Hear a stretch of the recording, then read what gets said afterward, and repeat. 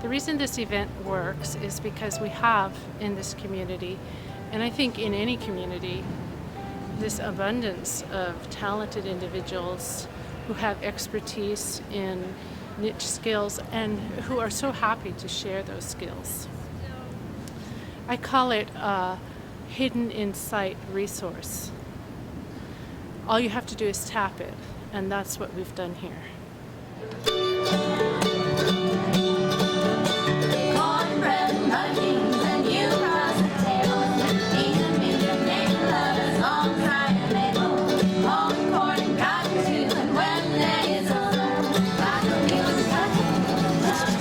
Got it? Yes. There you go. Let it, baby.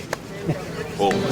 I think reskilling is important because it connects us with our pasts and our future.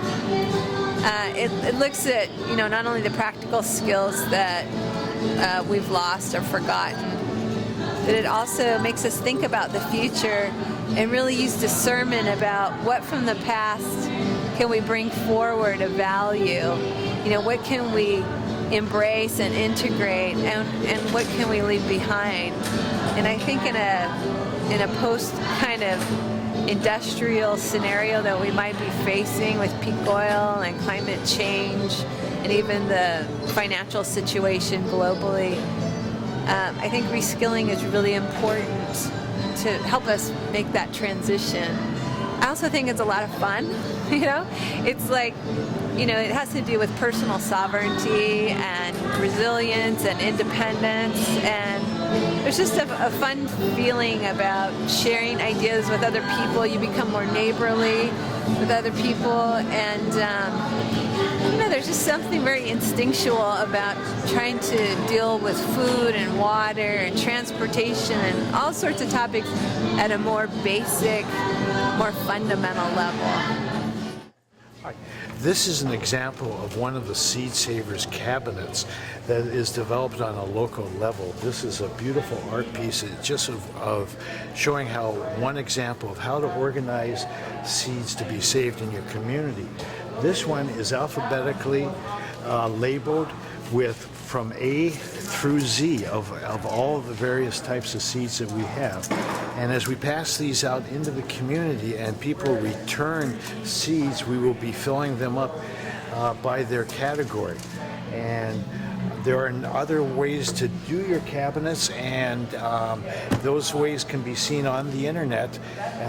One being the Richmond Seed Library, which has a very thorough program and has actually started it as the foundation program to help us develop these.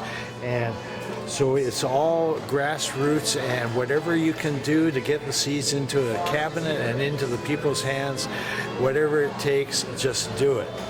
Why does it matter? Because our environment and our world is changing to the need to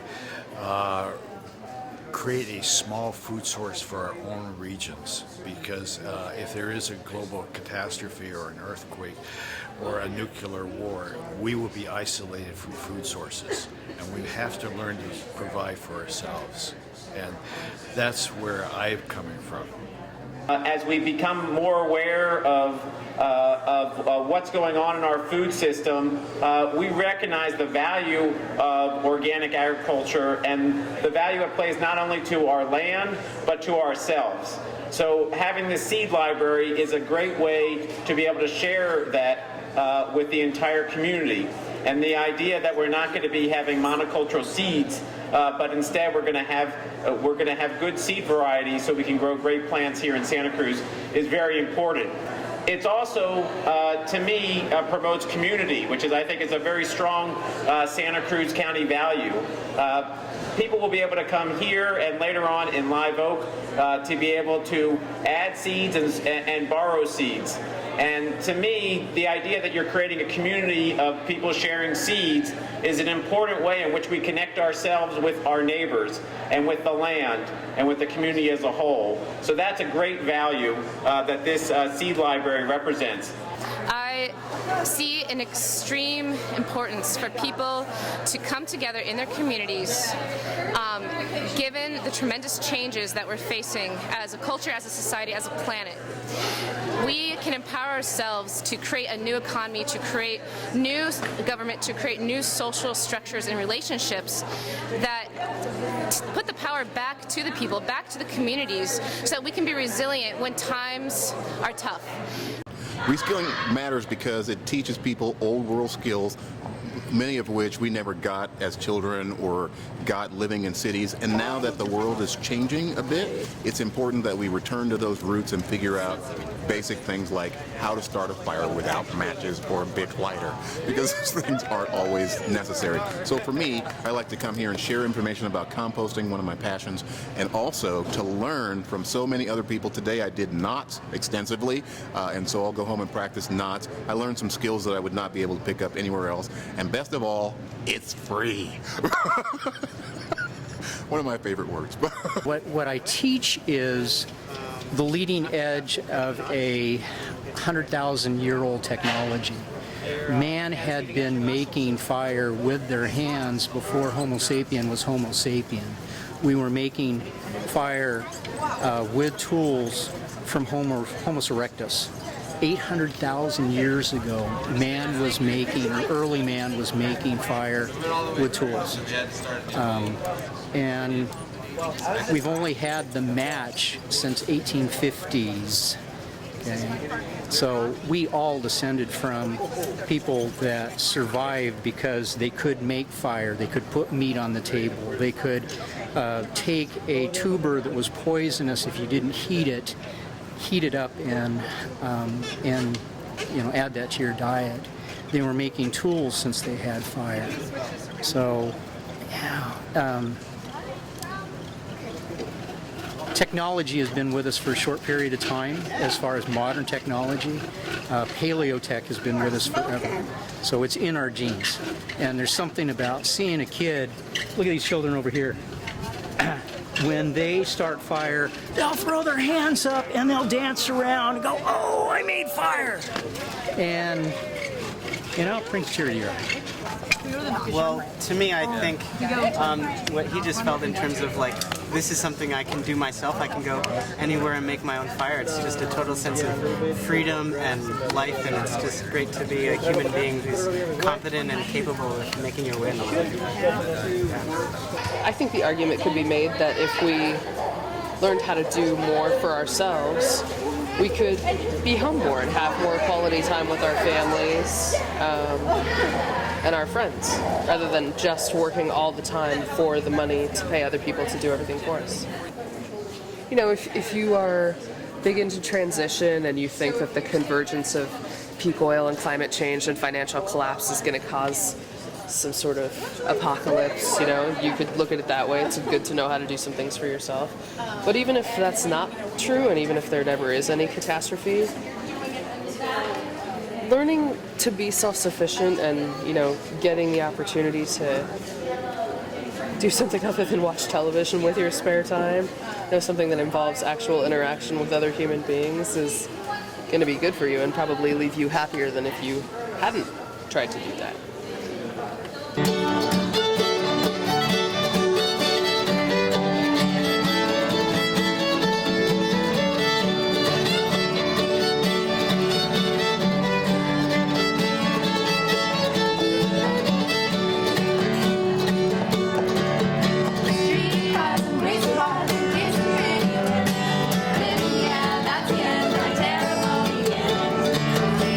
Let it be, continue across the table.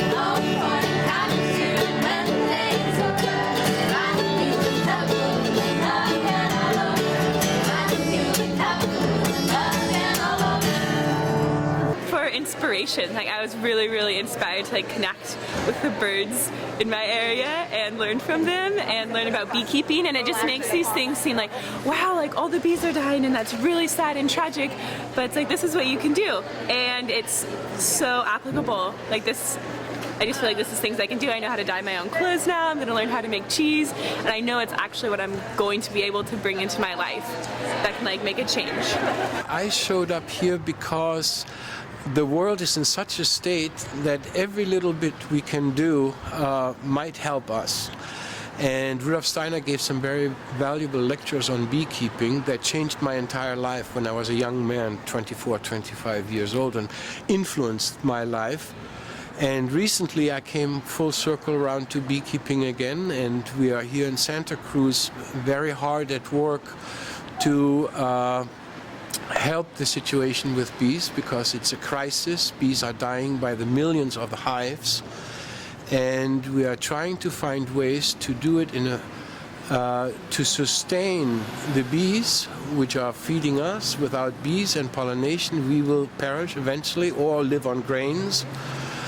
And it is a matter of recognizing that we are not here to use the earth and the world, very much like Native Americans, but that we are part of it, and bees are part of it, and to work in harmony, to re-establish harmony as much as we can. This helps us reclaim as a community what is ours and what really can't be taken, which is like our food source and our ecology and what sustains us, like water and food and community and family. And often those responsibilities have been put off to corporations to like decide what's safe for our food or for the different animals like the birds or the bees in our ecosystem. And this is helping us as a community like reclaim that and make it so we're dependent on each other and on people who are actually like accountable to us, who care about us, who are invested in the children and just the whole community, and putting it back in our hands instead of giving it to someone else who has no investment or, compassion for what's happening locally here. So these skills help us do that. And so we're living in times where the only thing we have left to do is come together, human to human, heart to heart, and really seek the truth and ask ourselves in these times, how can we come together to create a safe haven and to create a pool of resources that we can depend on to sustain our livelihoods and to take care of each other. And there's many different levels that can be done. The Reskilling Expo is a great example, and if you look around, that's what this is. This is revolutionary. This is the future. People coming together to share skills that have been lost, through generations, and to trade, to barter. This is completely addressing the planetary crisis right here in Santa Cruz. It's amazing.